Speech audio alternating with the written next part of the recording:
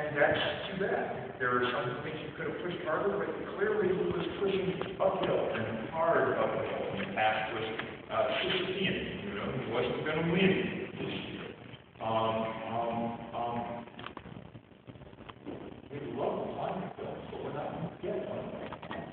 So, there are other things that we make. And we think of this very much as a gift to the administration, you know, because it allows them to show everybody how committed they are to this kind of thing. And in a way, it can't be stopped. Jimmy Carter put this up on the White House the first time. It was after those oil blockades in the 70s. And he said in his speech, pretty much, he said, you know, nobody can embargo the sun. Also true that nobody can filibuster the roof, okay?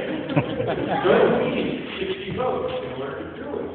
You know, you just need to sit down around the kitchen table with your family and decide that it's time to just go up on the roof. And if it does, it will be a really happy moment. Just like it was a happy moment, or really had to be one of the few happy moments in the device of the last couple of years. That moment when Michelle Obama went out and dug the garden of the White House lawn. And I think almost everyone in America felt good about it. There was a letter from the American Pesticide Council or something saying it shouldn't be organic, you know, that's but for the most part.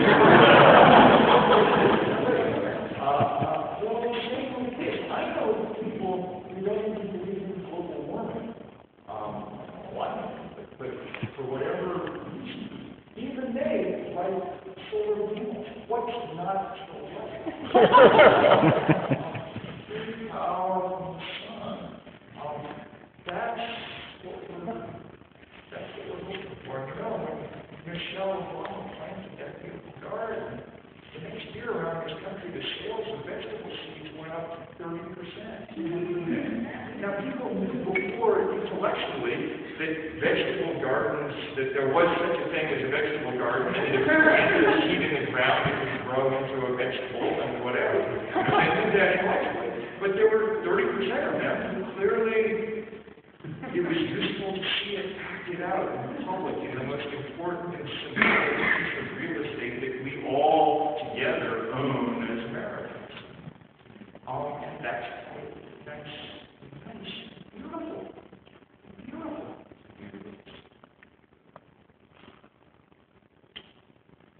I think for children, inspiring people like that. And so I should, because I tend to be less inspiring. And the reason is that I'm a writer by profession, you know. I always feel the uncomfortable need to more or less tell the truth. You know, when I do this job, you know. And so I will undercut some of what I just said, which is that there's no guarantee that any of this in the end will work. No guarantee at all. I mean, there's no guarantee we're going to a meeting tomorrow at 9 in the morning at the White House, our crew unity, and that'll be good, but there's no guarantee that they'll put this up on the roof anytime soon, you know. They have other things that they're working on and so on and so forth. We hope they will, and we'll tell them how well it works and how nice it would be and what a fun moment it would be, especially for so many of us young people, especially who worked so hard in that election and believed so much in this kind of promise. And it won't happen right away, but we're going to keep working. It's possible that this whole thing won't work. This movement is possible. There are scientists who think that we waited too long to get started. That this heating has taken a kind of irreversible turn.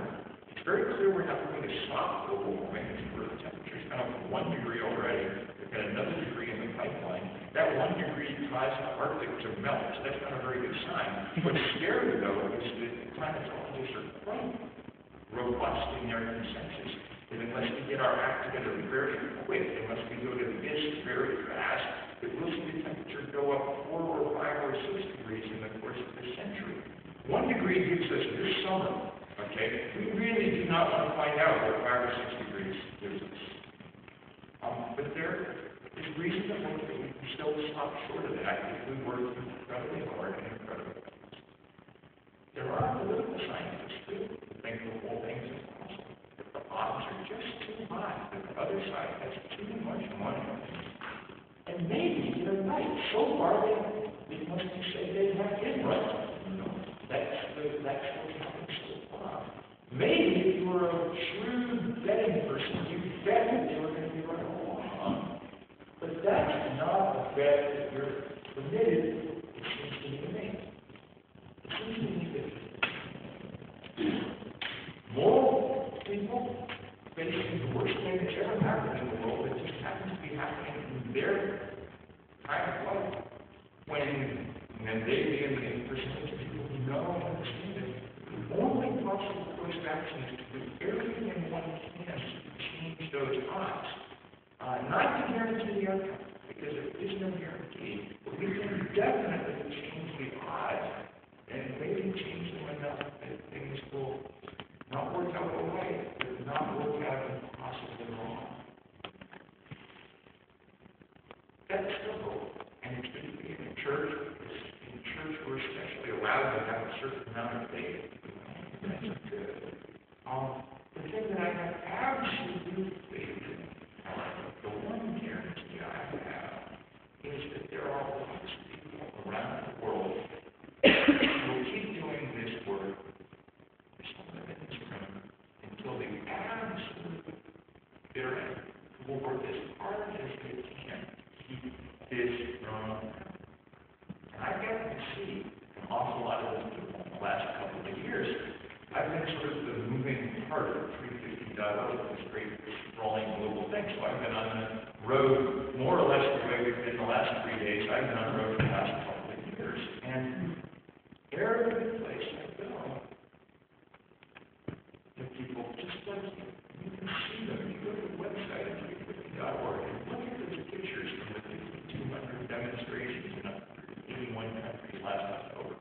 Or if you look on 10-10-10 when you're done your own project, what you'll see is just this enormous number of people engaged in this fight. And they don't look like our stereotype of what environmentalists are supposed to look like. That's the most beautiful thing. I was very glad when Reverend Yearwood made that point, We used to think that environmentalists were rich white people who take care of their own. But that's not what most people that involved in 350.org are poor or black or brown or Asian or young. That's what most of the world is. And they care every bit as much about the future as anybody else. And that is beautiful. So on 10-10-10, when you're out doing whatever you're doing, having fun and working and fighting, it's very sweet just to stop for a moment and think that at exactly that same moment, in thousands and thousands of other places, people will be doing exactly the same thing, and they may not look like you, and they may have very different life experiences. And if they're a woman, they may well be wearing a chador, or if they're, but their hearts will be exactly the same place. Their minds thinking just the same thoughts about what they hope for their future and their dreams. And some level, that's enough, at least for right now.